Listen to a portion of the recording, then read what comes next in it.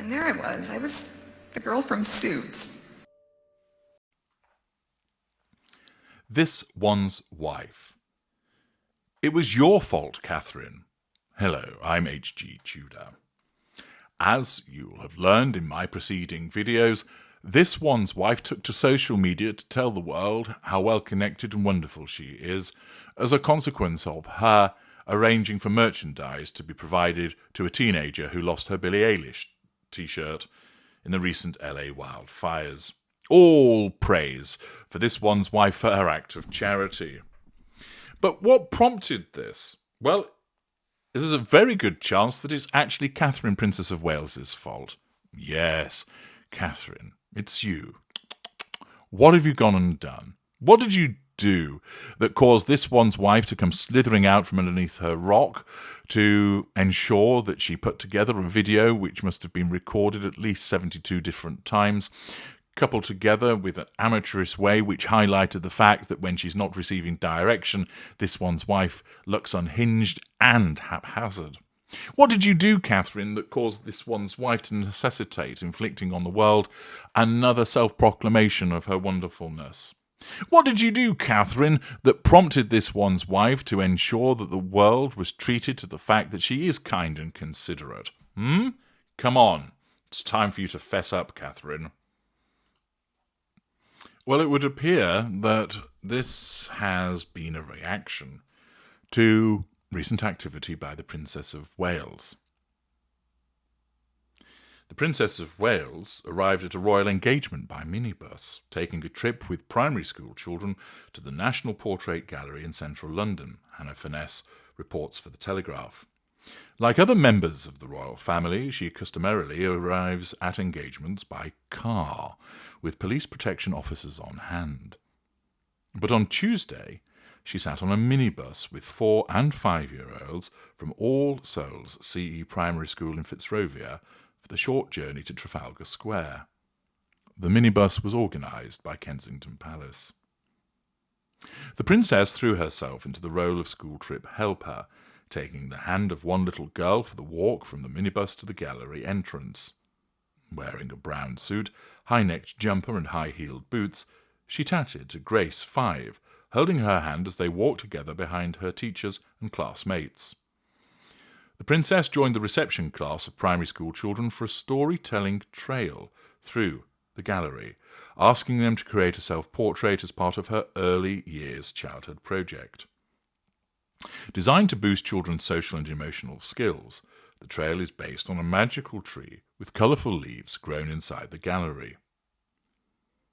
Careful, don't introduce Harry to it, he might try and smoke it.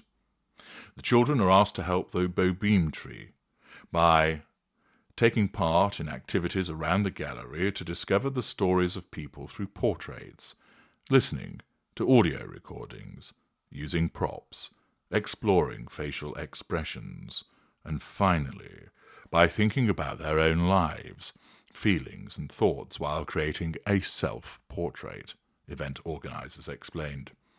At the end of the trail, children can choose to feed their portrait to the tree so it grows big and strong. The princess, upstairs in the Ondaatje wing, walked past portraits of Winston Churchill and a young King George VI and discussed how portraiture could help younger children learn about empathy. It's such a great way for children to engage and understand other people's perspectives in a creative and less intimidating way, she said. They don't have the language yet, but they're finding ways to talk about emotions and feelings and understand them. I'm really excited to be using portraiture to explore social and emotional skills because I feel it's such an untapped potential, but also to make it accessible to lots of kids so it's not just in school, but is something that's embraced by the community. Alex Askoff, the executive head teacher at All Souls, said, Catherine was wonderful, really chatty with the children, and it just felt like a really relaxed journey. She was helping out with the children. It was just wonderful. She said the princess told her it had been a wonderful opportunity to be with the children in the gallery, adding she was complimenting the children on how well behaved they were and what good artists they were, because they had the opportunity to draw pictures. Those experiences that we give the children are incredibly important, and on days like today, where those experiences become magical, you sow those seeds for lifelong learning. Accordingly, Catherine turns up at an event. Now, she does this driven by her emotional empathy for other people, including the children. Naturally, as part of managing the image of her and the royal family as a whole, her press office wants to ensure that this receives coverage, showing that she's doing good works. But that's not the primary basis for why she does as she does. Because she's not driven by a need for control or the receipt of fuel, she doesn't do it in order to make herself look good. She does it because she actually cares, because she has emotional empathy. And the act is then broadcast. Not, again, for the purposes of control, not because it's managing a facade, because she doesn't have one, but it is utilised in a self-serving way to show people that she's doing good, but not in the way that a narcissist would. This one's wife naturally keeps tabs on what the nemesis is doing, because she's developed an obsession with regard to Catherine. She has been painted black. Everything that she does is seen through that lens of being painted black. And furthermore, for this one's wife, she cannot stand to see that the enemy is doing things well, that people are praising her. Because although Catherine does not need fuel, the narcissist subconsciously sees the praise that Catherine receives as missed fuel. It is fuel that this one's wife ought to be receiving. Now you may think, well, that's preposterous.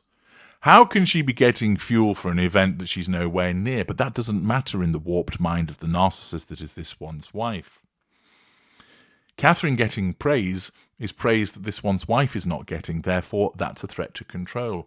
Catherine being told that she's wonderful for the way that she's dealt with the children is a compliment that she is receiving, which ought to be going to this one's wife and not her, and thus it threatens this one's wife's sense of control.